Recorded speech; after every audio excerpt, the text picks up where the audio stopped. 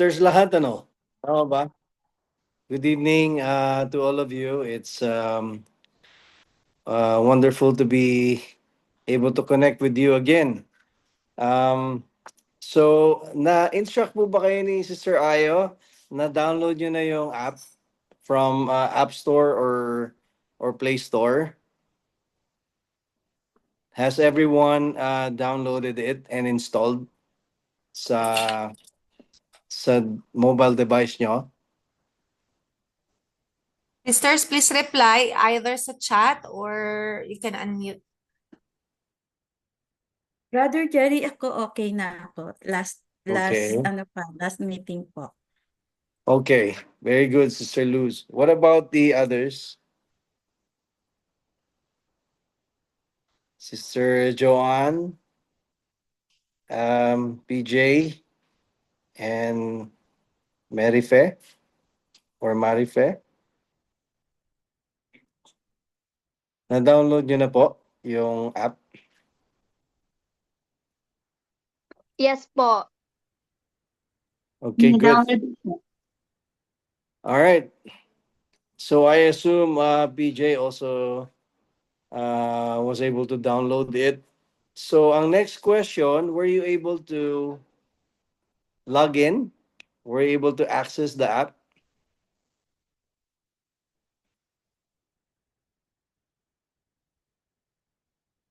That's first and foremost, we want to make sure that you have access sa app. I'm not sure if you were able to get a copy of the list of leaders who were given access, so they could use the app. Ito, I will send you the list of leaders. Oh, hold on.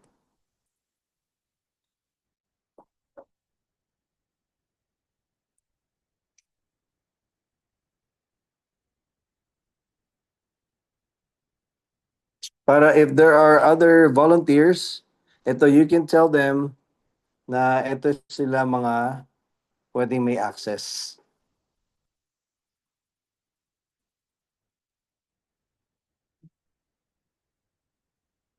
I'm just okay, here it is.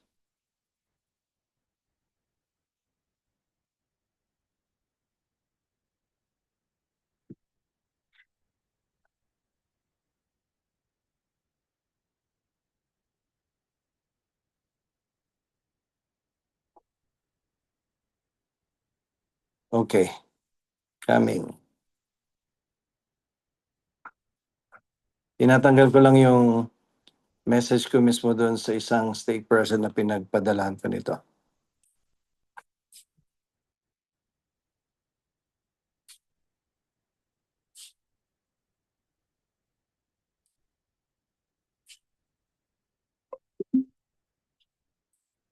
So, I'm not sure why hindi siya nag-send sa inyo. But Ayo, you have a copy of this, no? I can, Copy of? etong list of leaders na may access sa app. Anyway, I can send you sa Messenger. Tapos, could you try sending it here sa chat? Kasi ayaw lumabas Sige na. ayaw lumabas yung send button sa akin. Sige, sige.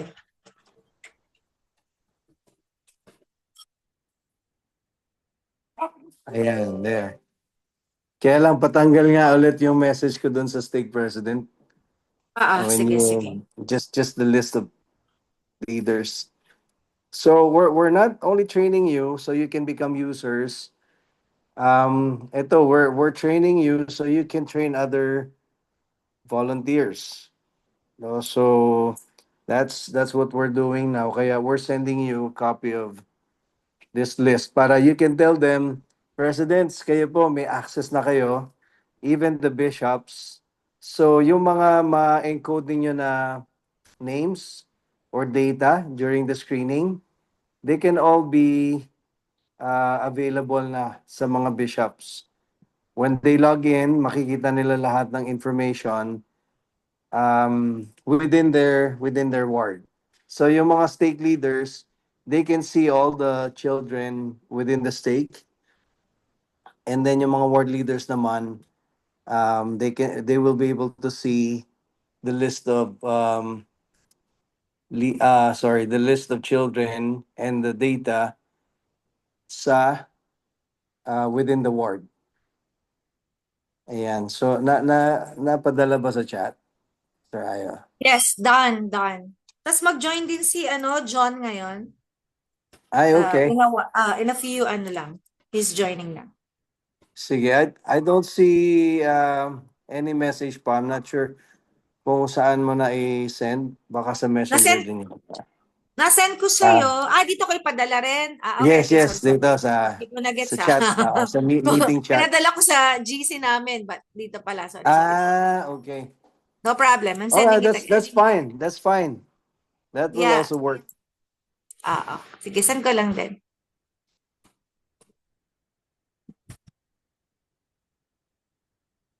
So si Sister Luz, you were able to log in kasi you're the child nutrition specialist, tama ba? Or WSR specialist po. WSR specialist. That's right. What about po yung iba? Were you able to log in?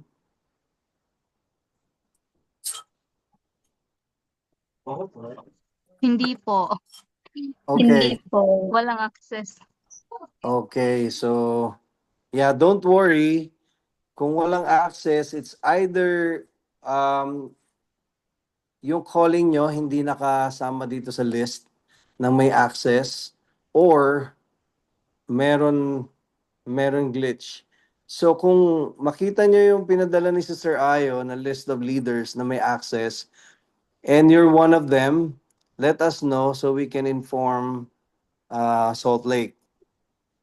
Pero kung wala, we have a way of giving you a temporary login para sa screening. You can be able to assist in encoding the information.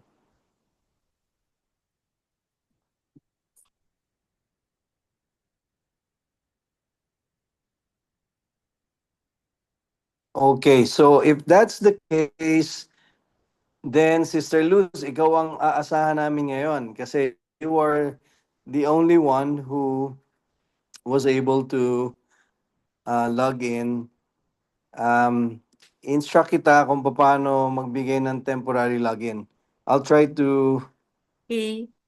I'll try to share my screen para mapakita ko sa iyo. And by sharing, nasaan na nga ba yon? Share. Share screen. Broadcast. Ayan, can you now see my screen? Opo. I'm sharing my screen Yes. down. So I'll go to my account. Ito siya. So since I was assigned to handle the entire area, so nakikita ko yung buong Philippines area. Kaya ito, if you see on the top, yung Philippines area, and then I can go to any area, any stake or district or coordinating council within the Philippines area. But you, Sister Luz, nakikita mo yung sa stake. Is that right? Nakikita mo yung name ng stake niya sa taas when you log in?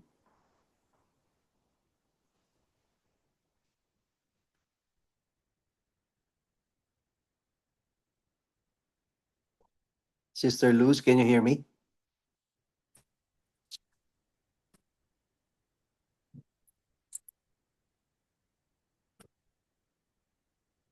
Luz? Are you guys still Luz, there? are you there?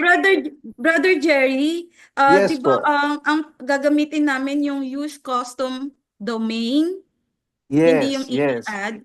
Oo, Okay. tama. And then enter your organization custom domain below. Ano po yung ano uli yung Yun, pinaka-password? Church of Jesus Christ. Pero if you only type CHU or CH, lalabas na yon yung Church of Jesus Christ sa baba. Yes. Okay. Click mo lang siya. Search. Okay. Click. Yes. Ayan. Maganda pala kung ikaw muna yung nag-share screen para mapakita natin sa iba, no? But anyway, sige, we'll just go Okay. back later. Wait, mag-sign in lang po ako. Sige, please. Lose. Lose that. P. Tatranara. Okay, wait. Loading pa. EM na lang. EM na lang. Sige, it's okay. It usually takes a little while to get in, depending on the speed of the internet.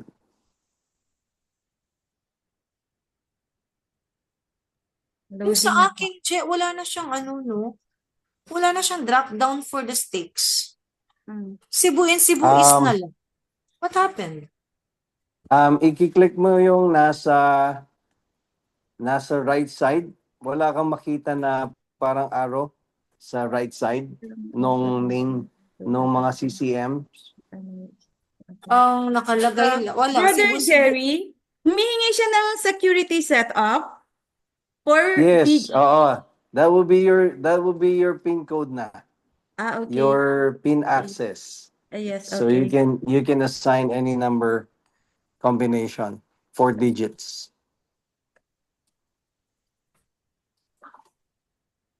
Ang listed na lang ngayon is Yes, Talisay okay na. Philippines. Car. Okay. Sige, Yes, nakita ko na po. all right. Ayaw, maybe you can, you try to log out and log in again. Tingnan natin Okay. kung ma-reset siya. Yeah. Okay. Yes. Now, Sister Luz, I'll give you the right to share your screen para dyan kita mag-guide. Para makita din ng... Well, okay. Sige. Sige. I'll show it to you here. Can you see Ayan, sige, okay mine? na. Pares tayo.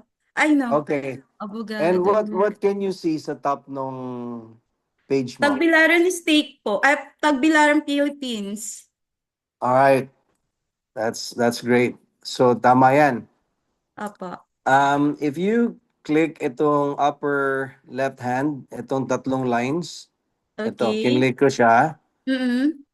You will see there sa bandang gitna yung create temporary login.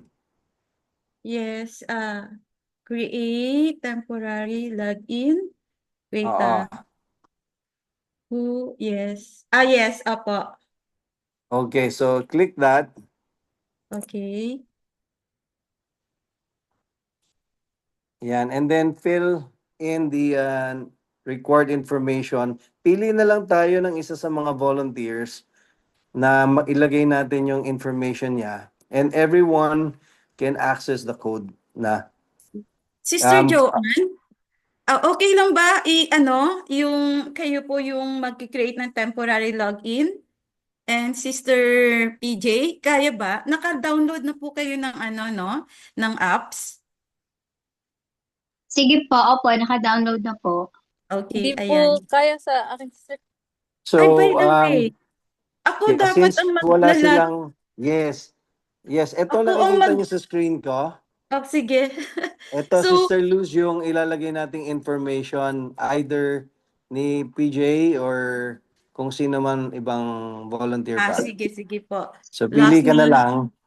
Ang ideal talaga dito, tigi-tigisa sila. So, for example, yung unang gagawin mo dito na login is for Joanne. PJ, kay Joanne, for example. So, yung information ni Joanne ang gagawin natin. But for the sake of time, pwedeng ipagamit na lang natin sa lahat yung login na gagawin mo para kay Joanne. Pwede naman yon. Okay, sige. Just for you to understand, ang magiging consequence lang noon kapag ginamit ng lahat yung account ni Joanne, hindi natin alam kung sino talaga yung nag-enter ng mga information. Hindi natin matitrace kasi lahat will be under Joanne. Testing, no? Parang yun lang naman. So, wala namang, other than that, wala namang ibang concern. Yes, Brother Jerry, may tanong lang po ko. Let's say, uh, yung yung dinownload nilang apps, tapos 'di ba wala silang access. And then Oo. papasok po ako sa gagamitin ko po yung access ko po, and then magki-create ako ng temporary login. Yung sino Yes. may-ari ng iPad o laptop, ay no, hindi laptop po, hindi ma-access yung yung app sa laptop po, dapat cellphone or Or tablet. tab. Tablet lang po ang pwede. Kung lalagay ko yung name nila dahil sila ang may-ari ng tablet, makaka-access na sila, tama? So, almost. Tama naman, ang mangyayari lang, yung phone mo ang mag-generate ng access, and then Results. they will scan yung barcode na lalabas dyan sa phone mo. Kasi Oh. ito, nakita mo tong sa screen ko. Pag kinlik mo yung create temporary login, ito, ilagay mo na yung information ni Joanne dito. And then, Okay. click create. Pag na-click mo yung Okay. create, may lalabas na siya dyan na barcode. At Okay. yon ipapascan na natin lahat yan sa mga Nag-attend. sa mga volunteers. So, they will automatically have access Okay. pag So, in-scan nila. kailangan ko ng email, tama? Nila and Yes, phone lahat number. itong info na may red, may Opo. asterisk, yun. So sige, lagay lang natin Joanne, yung first name, Okay. and then last name. Joanne and Responde. Responte. Sister Responte, pwedeng malaman po yung number? Pwede yan na Responte. Tapos Cell email phone ad number po. po. Pwede Sige ilagay po. sa chat Sige po, para i-chat ko. tama. Apa. Ayan, sige. Oh. Tama yan. You're doing great.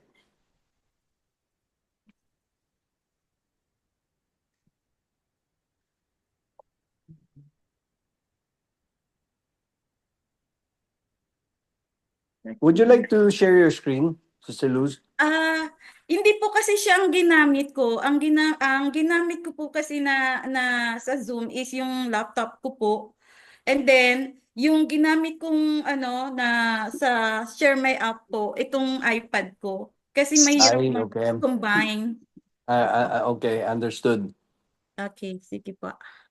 Email ad is Joanne. Okay, wait ha. Joanne Madela. Double T. Madela. JoanMadelaJao.com.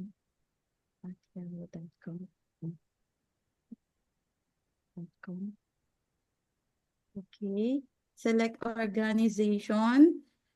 Tagbilaran State, tama po? Yes, that's right. Okay, and then the phone number is Philippines.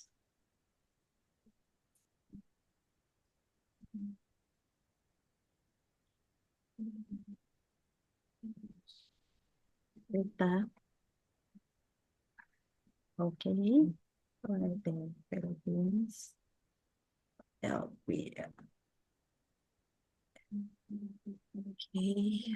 Ranch, admit. Philippines. Wait. Okay. Ayan, Philippines. And then number is 09 915 79779 3396 38 15935 238773396. Create. Yes, nakapag-create. Wait, create na po. May nakita kang ano, Yes, Sister may Luz? code po. Scan the QR code. So, isi-share ko na lang po sa, sa Messenger. Yes, yes. Oh, Okay. yeah, correction niya. Tama, it's QR code, not barcode. Sorry. Sister Joanne, paki-scan na lang po ito kung kaya bang i-scan yon? Tama ba, sir? Oo, Ini-screenshot ko po. so usually, parang gagamit ka ng ibang access para halimbawa doon sa laptop, tapos yun yung i-scan. Okay. I-scan. Pero before you can scan, sisters, the rest of you na binibigyan ng access, andun pa ba kayo sa may sign-in page? Yes po, yung sa akin nangihingi ng security, ano ba yan? Okay. So, doon sa lower right hand, may nakikita kayo doon na symbol or icon. Parang camera or a device sa lower part nung screen nyo. Doon yan sa may sign-in page, if I'm not mistaken. Is there anyone who can share their screen para mas mapakita ko sa inyo? Sister Joanne, nakita mo na yung sa messenger po natin, group GC natin, CNP. Opo. Na-scan mo? Kasi screenshot lang siya. So, para mas-scan siya, kailangan pumunta muna siya doon sa sinasabi, i-instruct ko sa kanya. Okay, sige. Can you share your screen muna, Sister Joanne? Sige po, ito lang po. Thank you.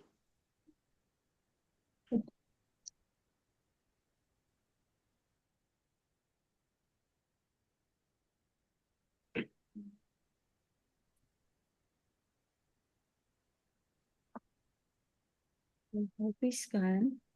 How to scan?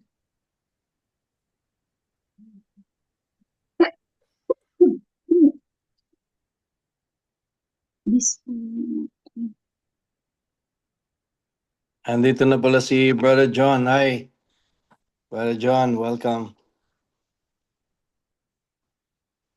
Can you also try to download yung app,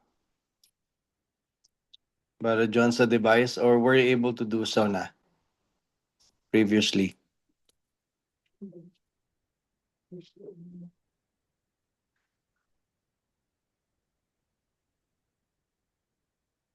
Nag-disconnect.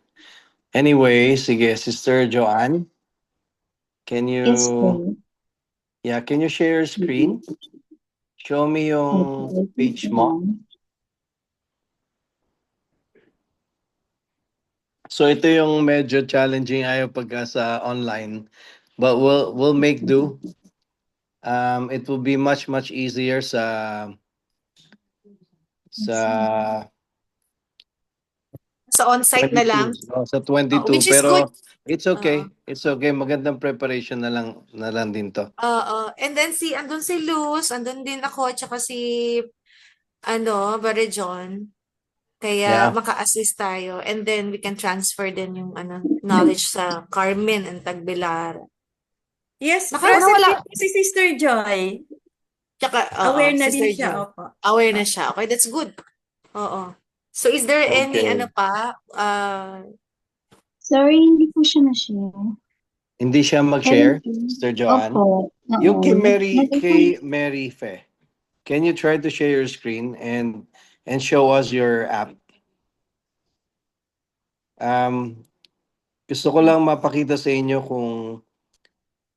kung saan yung dapat nyo i-click para ma-scan yung QR code na na-generate ni Sister Luz.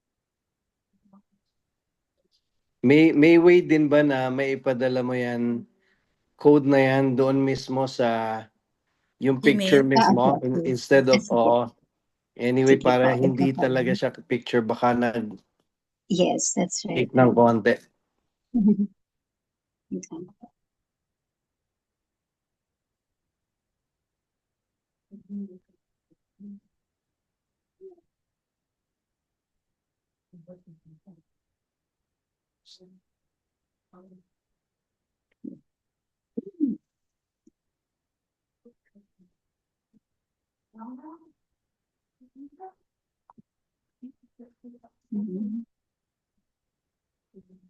So,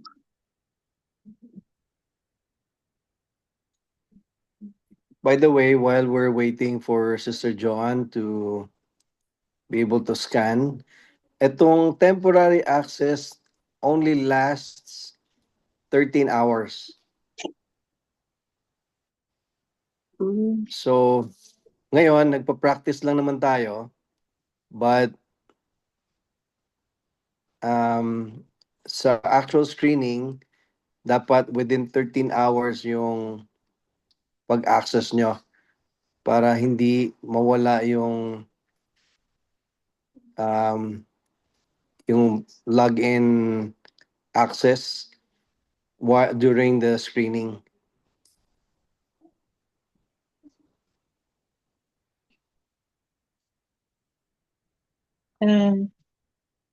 yun na siya po. Yun. Allow? Okay, allow, Mhm. allow. And then your code, PIN code.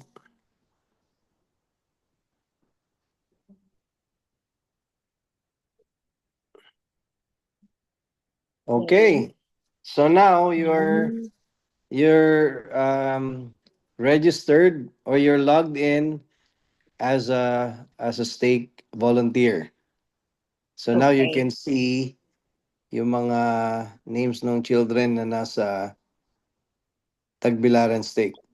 Wonderful. So we'll do the same para sa lahat ng volunteers. And again, since 13 hours lang yung effectivity nito, dapat i-time natin yan na within the screening or during the screening, hindi siya basta-basta magla-lapse. So i-count lang natin. Better yet, gawa ulit tayo ng bagong access, Sister Luz, at the morning of the screening day. Yes. Para fresh talaga yung access nila.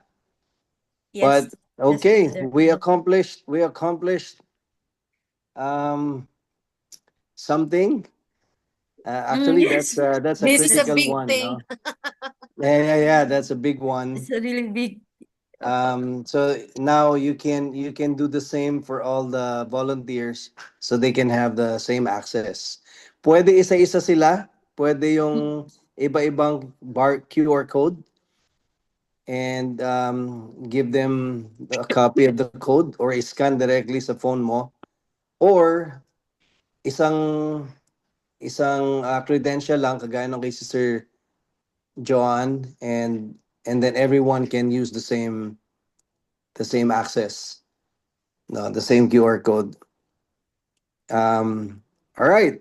Now that you have an access, punta na tayo sa basic. Syempre yung pag-enter ng information, right? Nagkaroon na ba kayo ng screening previously? Wala pa sila, Je. Wala pa? I Launching wonder, namin sa January. okay, I wonder bakit may mga names na dito. Pero blessing na yan dahil hindi na Ah, kayo mahihirapan mag-encode. Brother Jerry, in-encode ko na lahat gumawa kasi kami ng registration. Okay. Para pagdating sa actual po sa CNP, hanapin na lang namin and then ipapasok na lang mga measurement po para I Okay. see. Okay. So I hope na pag-usapan natin last time. Before you add a child, ayan, balik tayo, Sister Joanne, para mapakita ko sa inyo. Di ba na-click mo yung add? Yes po. Add. Nabagal. Um, this is another critical step, no? Before you add yung, dapat nga ito, ang tagal ko nang pinapatanggal tong plus sign na ito eh. Nakita niyo plus sign dito sa lower right hand Mm. Yes corner. po. Um, dapat wag natin gagamitin yung plus sign na yan. Go to the drop down arrow nung doon sa may Tagbilaran Steak. Kung saan belong yung bata, Mm. yun yung pipili nating ward. So click mo pa Okay. yung drop down na yan ng Tagbilaran Steak, Sister Joanne. Doon sa, yan. Yan na ba yung mga wards ng Tagbilaran? Mm. May Okay, so kulang Yes, pa po. Brother Jerry. ayan. So, ganun yung ginawa mo, Sister Luz. Diyan mo Yes pinasok po. yung mga names. Perfect. Yes, per unit So, po. per unit. Nice, nice. So, fast learner ka talaga, Sister Luz. Oo, kasi, di ba nabanggit ko sa inyo kanina, may access yung mga bishops. Pag Mm. doon tayo nag-click ng plus or add sa stake level, pag nag-sign in ng mga bishops, they will not see the children within their ward. Kasi nakalagay siya sa stake level. Mm. So, kung dito siya pinasok sa ward niya, pag nag-login yung bishop, makikita niya lahat ng bata doon sa ward niya. So that's really critical. Yun yung sabihin natin sa lahat ng volunteers. And then after that, I think everything will flow naturally na kung ano yung, so mag-sample lang tayo. For example, taga Carmen branch yung bata, Sister Joanne. Opo. Mm. Ayan, so nasa Carmen ka ngayon. Diyan ka mag-click ng plus sign. Mm.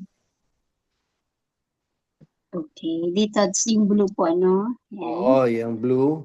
And then, Agree. ina-assume na Agree. natin na lahat ng parents ay nagbibigay ng consent. Kaya Mm. importante yung yung registration form. Kasi yung registration form, meron siyang consent sa baba. Na kapag nag-sign yung parent doon, it means willing siyang ilagay dito yung information sa app. And so you can encode na the information of the parent. Okay.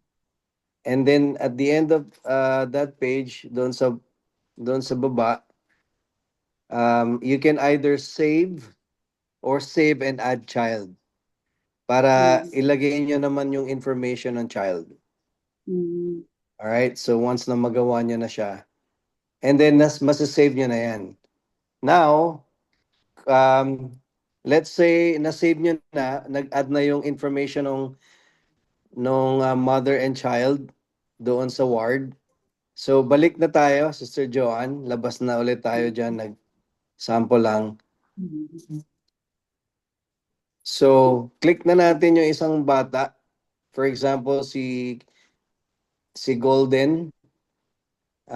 Ayan, si Golden Quizon ba yan? Yes po.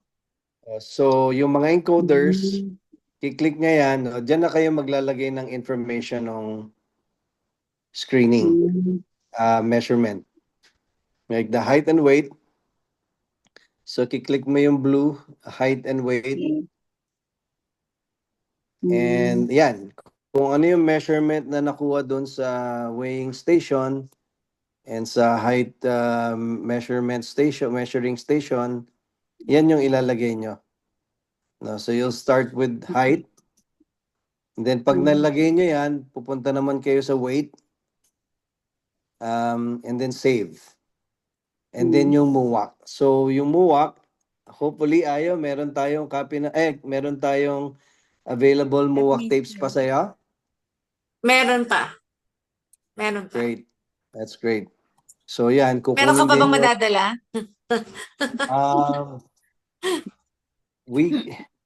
we can ask John Sister kasi Ayo? nasa Babasa lang dyan, meron ka pa? Sister Ayo, meron akong dala. Ay, very Alright, good. that's Thank good. you po. Hello, Brother John. Hi, Kamusta? Brother Jerry. Dito May kami sa access? Davao eh. Oo nga daw eh. May access ka ba sa, ano, sa app na try mo na din? Yes. Pero yung hindi ko palang alam yung tinuturo mo ngayon. Pero kami, na-explore ko na yung access ko. Alright. That's great. So, ito naman yung basic lang. After after logging in, ito na. Yung tama, inabutan mo na itong another critical part of the process, yung pag-add na ng information. So again, ang reminder lagi is not to add under the stake level, but to add doon sa ward or sa branch level para magkaroon ng access. And then once na na-add na yung information, just click on the name of the child and then i-add na yung height and weight, tapos yung MUAC measurement. Pag na-save nyo na, lalabas na lahat ng um, interpretation dito. No? So, then, pag lumabas ka dyan, Sister Joanne, balik ulit tayo sa list of participants.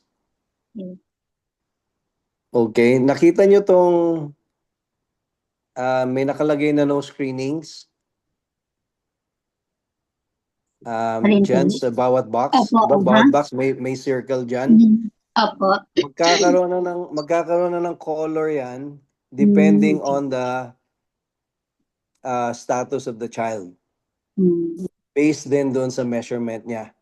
So yan na yung interpretation ng bata. Kasi it will automatically compute kung siya ba ay green, yellow, red, or black. Pag healthy yung bata, lalabas dyan green. Yung circle na yan, magiging green na yung color na yan. And so on. Kung depende sa health condition ng bata. And so, yun yung ibibigay natin na interpretation sa physician para alam niya kung ano yung prescriptions na ibibigay sa bata. Oo, so I'm not sure kung nagkaroon pa kayo ng training with Luis, Brother John. Pero ang Salt Lake kasi gusto nila diretso na dito, wala na doon sa screening form o yung registration form. But kayo na yung mag-decide after trying both methods. Ang sinasuggest pa rin natin is to use the form.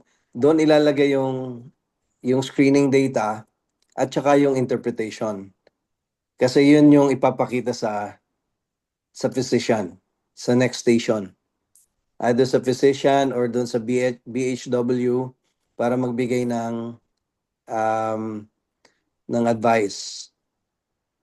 Yun Yes. yung recommendation natin. Tsaka we find it faster din talaga. Faster kasi instead na nag-aantay yung mga volunteers sa screening or sa weighing station para i-encode pa ng encoder. Isinulat na yung information, din diretso na yung mag-ina sa kabila where all the encoders are there para doon na i-enter yung information. So walang masyadong delay. But nonetheless, ako I will differ sa decision ninyo later on. Actually, Ang suggestion ko lang is to try both approaches and see kung ano talaga yung sa tingin nyo mas okay.